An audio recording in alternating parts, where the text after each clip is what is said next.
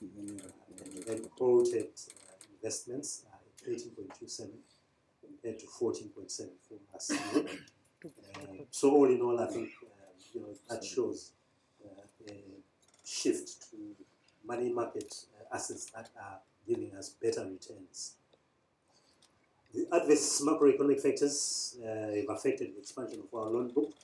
In general, facility utilization during the year averaged around 55%. We have increased our focus on guarantees. We think that guarantees, as a result of the recovery in the economy, will be the way to go. We don't have to spend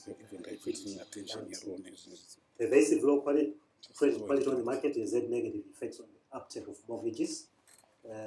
We find that it is difficult now to sell properties on mortgages because sellers of properties prefer either US dollar cash or they mark their US dollar property prices to the informal market, resulting in property prices doubling or trebling. So that has slowed down the activities in the mortgages. However, our mortgage advances increased by 8% from 16.90 to 18.20 million.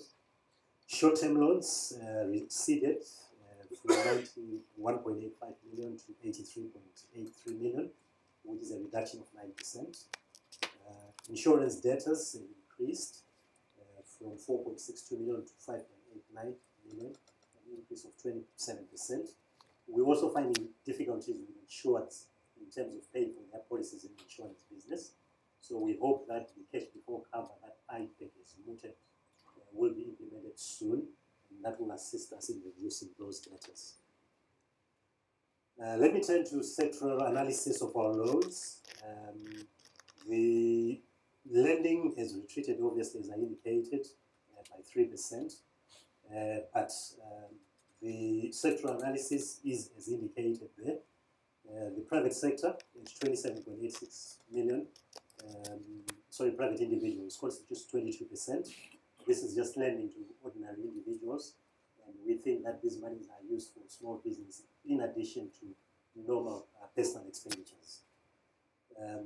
Mortgage loans at 18.20 million, up 8% compared to last year.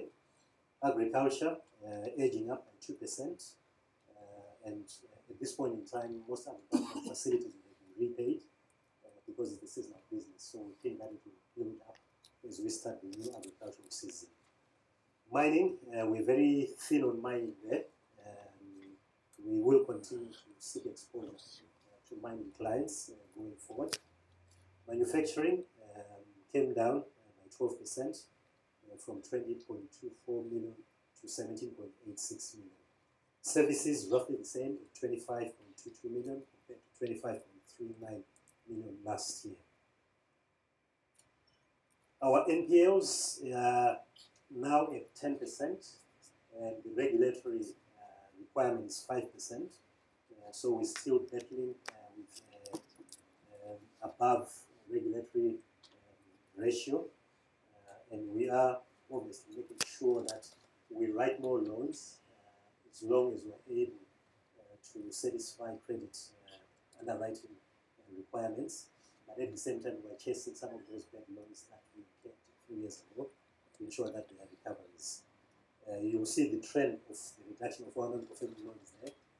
For the financial year 2014, we had 49 million non-performing loans with impairments of 5, coming down to 13 million this half year with impairments of 11 million.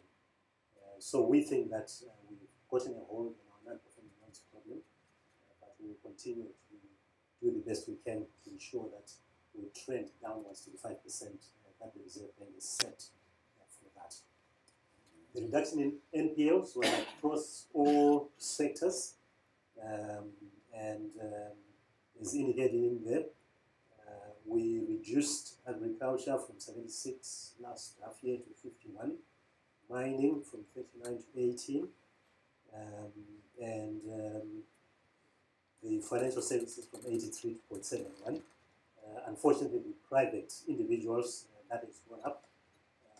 The reason simply is we're finding that individuals are over-borrowed from financial institutions, from microfinance institutions, times they do experience difficulty in servicing their obligations.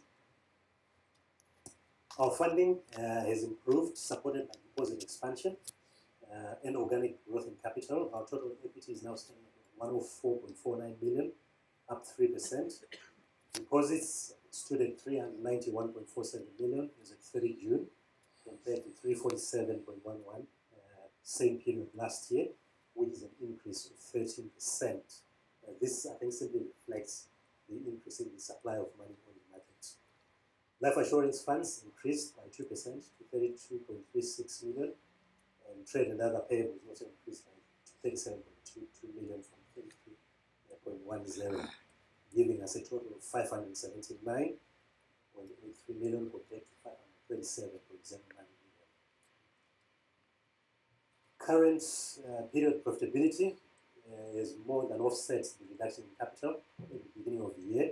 The beginning of the year capital at 101 million was reduced by our initial adoption of IFRS 9 standard by 2.24 million, as well as a dividend that we paid 3 million during this year. And then we made a profit of 9.35 million for this half year, taking our equity back to 104.49 million. Deposits increased in line with money supply trends. Fixed deposits contribution is now standing at 33% because of the availability of low-cost deposits that we're picking up from the retail market. Our ratio now is 67.33. We think a 60-40 ratio is optimal, but to the extent that we continue picking up low-cost deposits for own lending, we will continue with that strategy. Bank placements, 8.42 million compared to 13.20 million last year, which is a change of 36%. Demand deposits increased to 64.31 million from 53.67 million, with an increase of 20%. Savings increased by 190 to 190 million from 154, an increase of 23%. Fixed deposits, roughly the same, 128 million compared to 126. Our deposits are still transitory, short term. We still do not have long-term deposits in the market. And as a result of that, our lending is also short-term in response to that dynamic.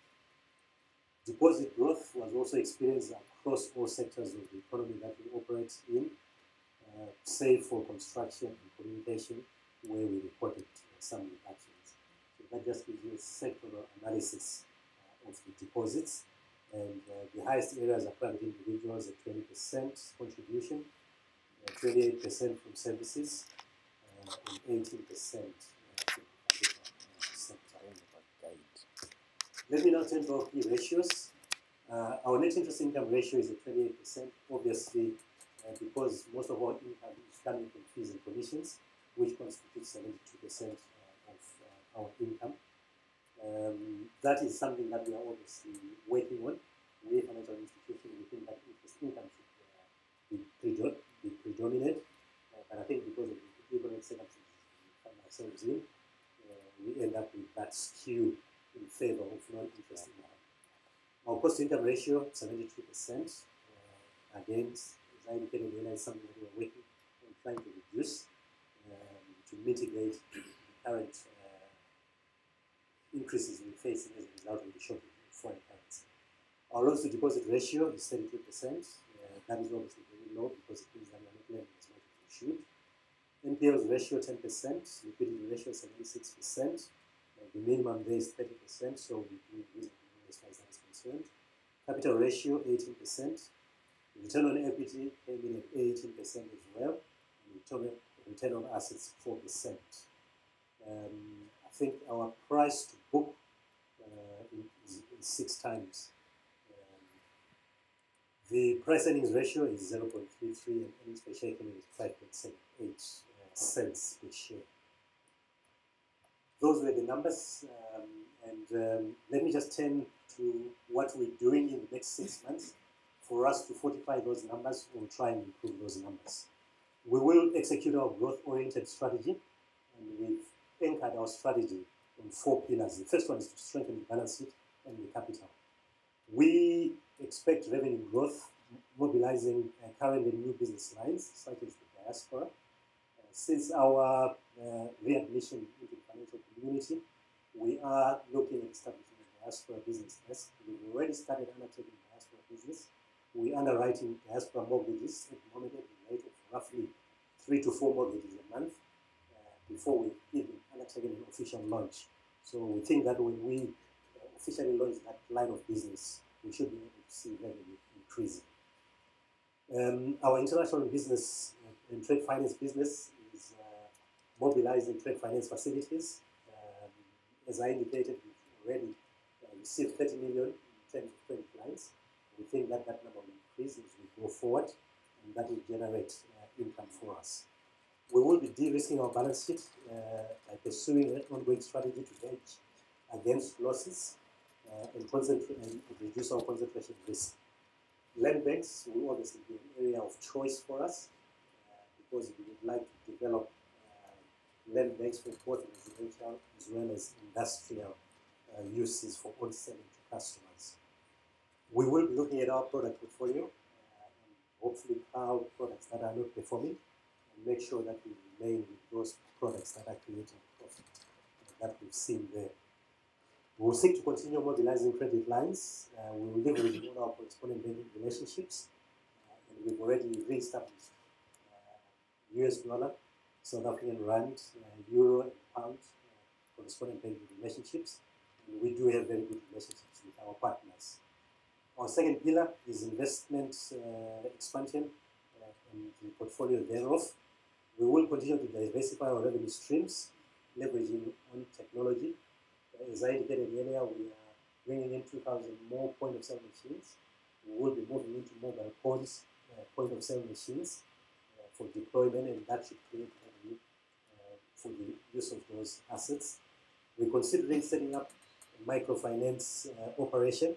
Last time I spoke about it, we were in discussions with top 4 microfinance institutions with a view to acquiring shareholding in that particular institution. Unfortunately, our discussion